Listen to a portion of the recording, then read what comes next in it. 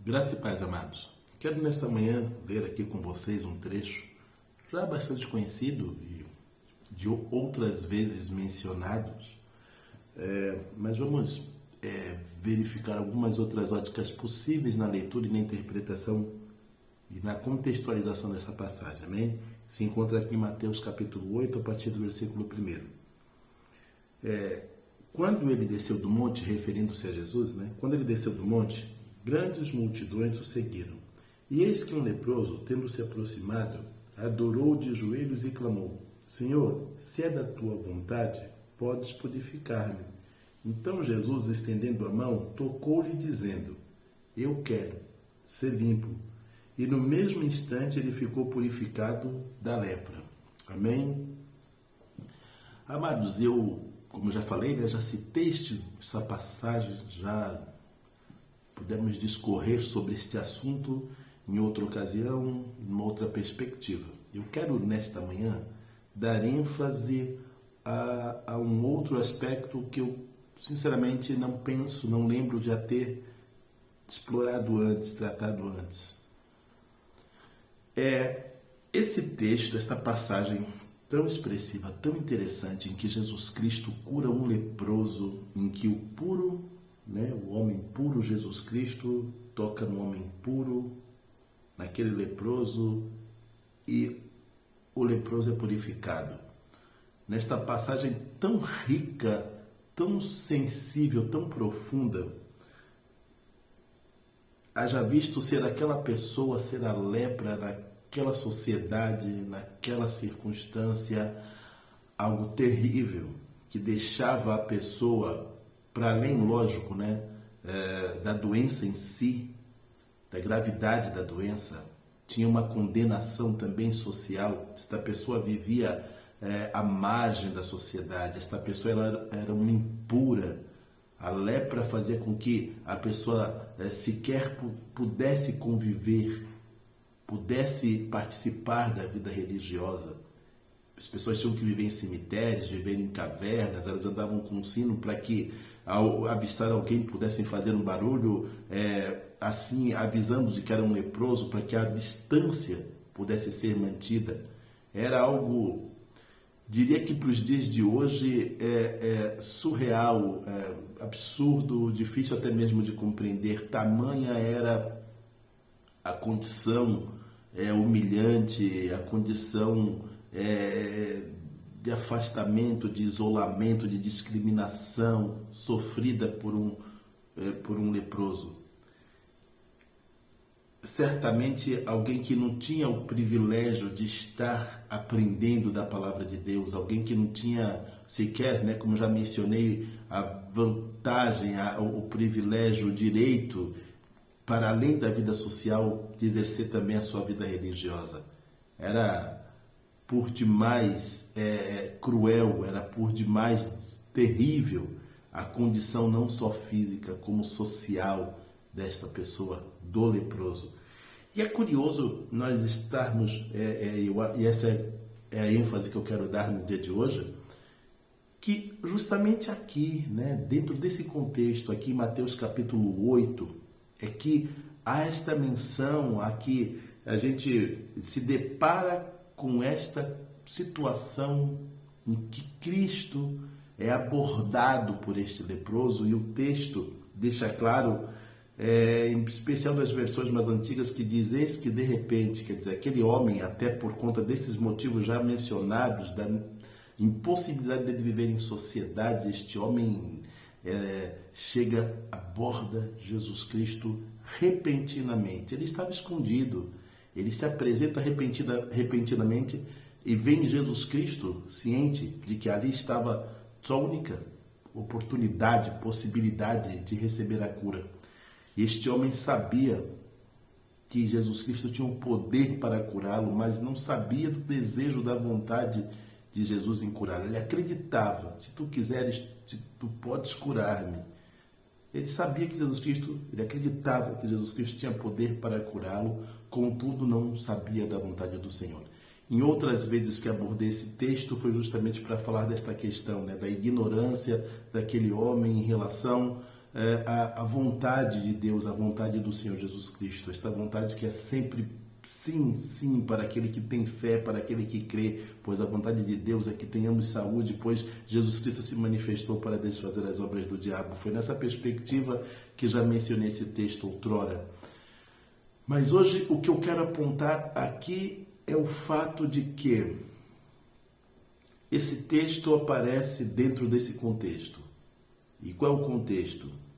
O contexto é lá de Mateus, capítulo 5, em que Jesus Cristo sobe ali no monte, tanto é que quando começa aqui o versículo 8, o capítulo 8, né, dizendo justamente que Jesus Cristo estava descendo do monte, o mesmo monte que ele havia subido, né, lá o monte das bem-aventuranças, ele havia subido, e a gente encontra ali uma sucessão, capítulo 5, né, que fala da subida de Jesus Cristo àquele monte, e que ele começa ali com as bem-aventuranças e uma sucessão de ensinos que se estende por todo o capítulo 5, por todo o capítulo 6, por todo o capítulo 7, sendo que no capítulo 7, então, toda esta sucessão de ensinos ministradas pelo Senhor Jesus Cristo, elas terminam de uma maneira bastante interessante, quando Jesus Cristo fala sobre os dois fundamentos, né? Daquele que edifica a sua casa sobre a rocha e aquele que edifica a sua casa sobre a areia, justamente para apontar isto, de maneira, né, dessa maneira tão enfática, apontar a importância da palavra de Deus, a importância de nos firmarmos na palavra, a importância de que o verdadeiro fundamento é a palavra de Deus. Precisamos firmarmos na palavra de Deus, porque as intempéries virão e quando nossos pés estiverem firmados na palavra de Deus, as tempestades não nos abaterão.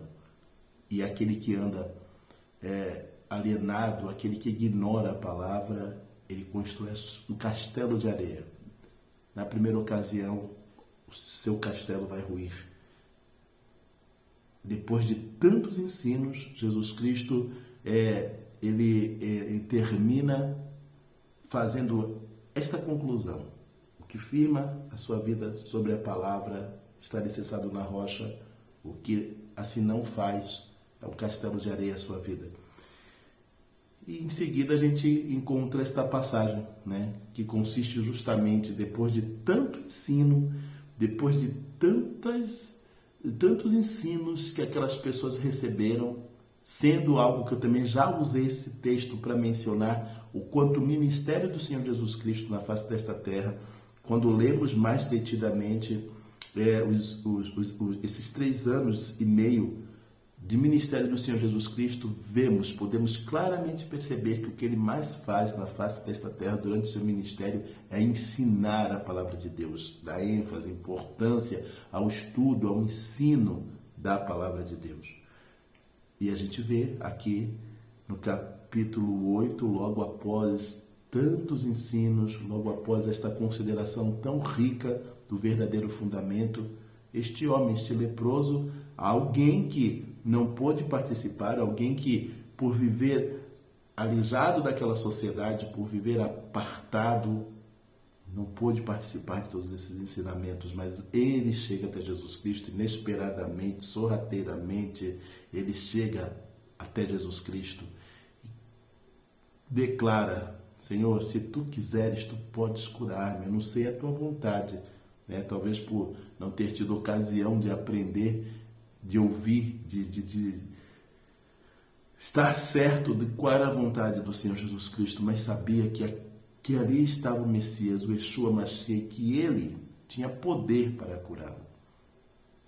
Amados, quão privilegiada é a nossa situação, é a nossa condição. Nós temos acesso à palavra de Deus.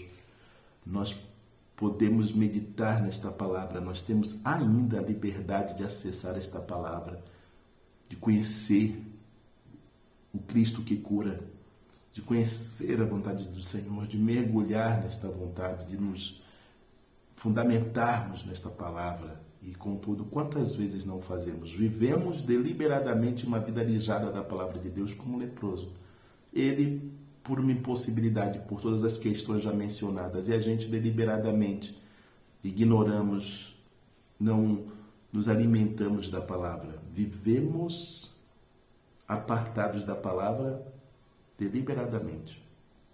ignorando assim a vontade de Deus, o poder de Deus, ignorando assim tudo que poderíamos desfrutar, a maneira diferente pela qual poderíamos viver, como poderíamos, o caminho para acessarmos, para nos aproximarmos de Deus.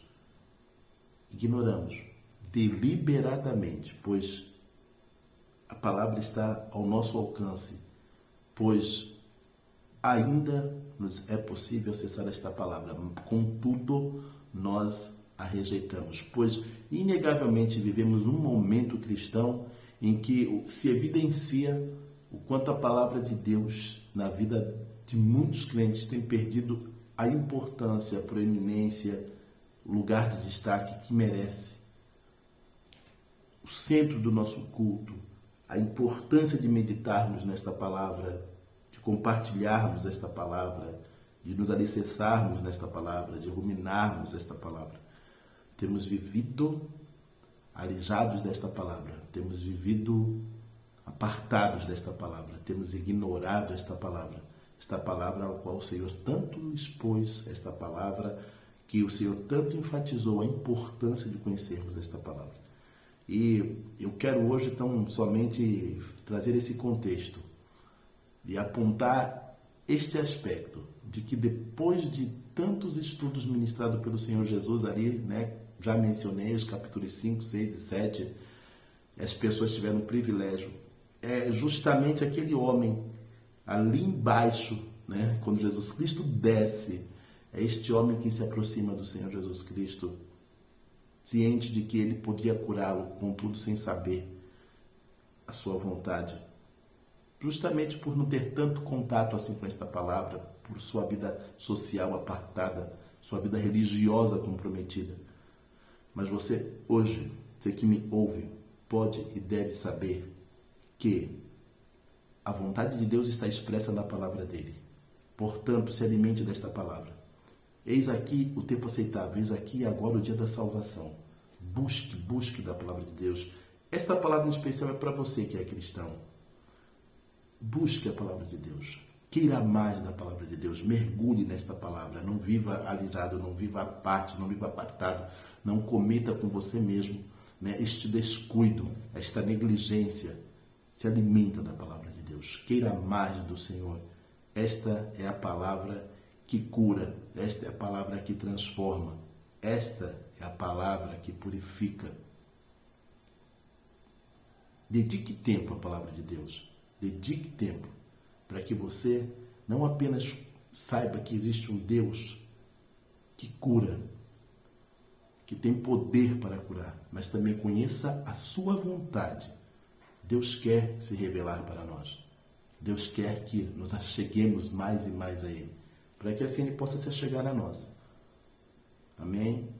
Bom, peço a todos que não deixem de dar o seu like, que se inscrevam no canal, que ativem o sininho para que todas as vezes em que eu venha postar um vídeo você seja notificado e compartilhe este vídeo. Se esta palavra tem sido bênção, tem te edificado, você pode ser canal de bênção na vida de alguém. Compartilhe. Amém? Graça e paz.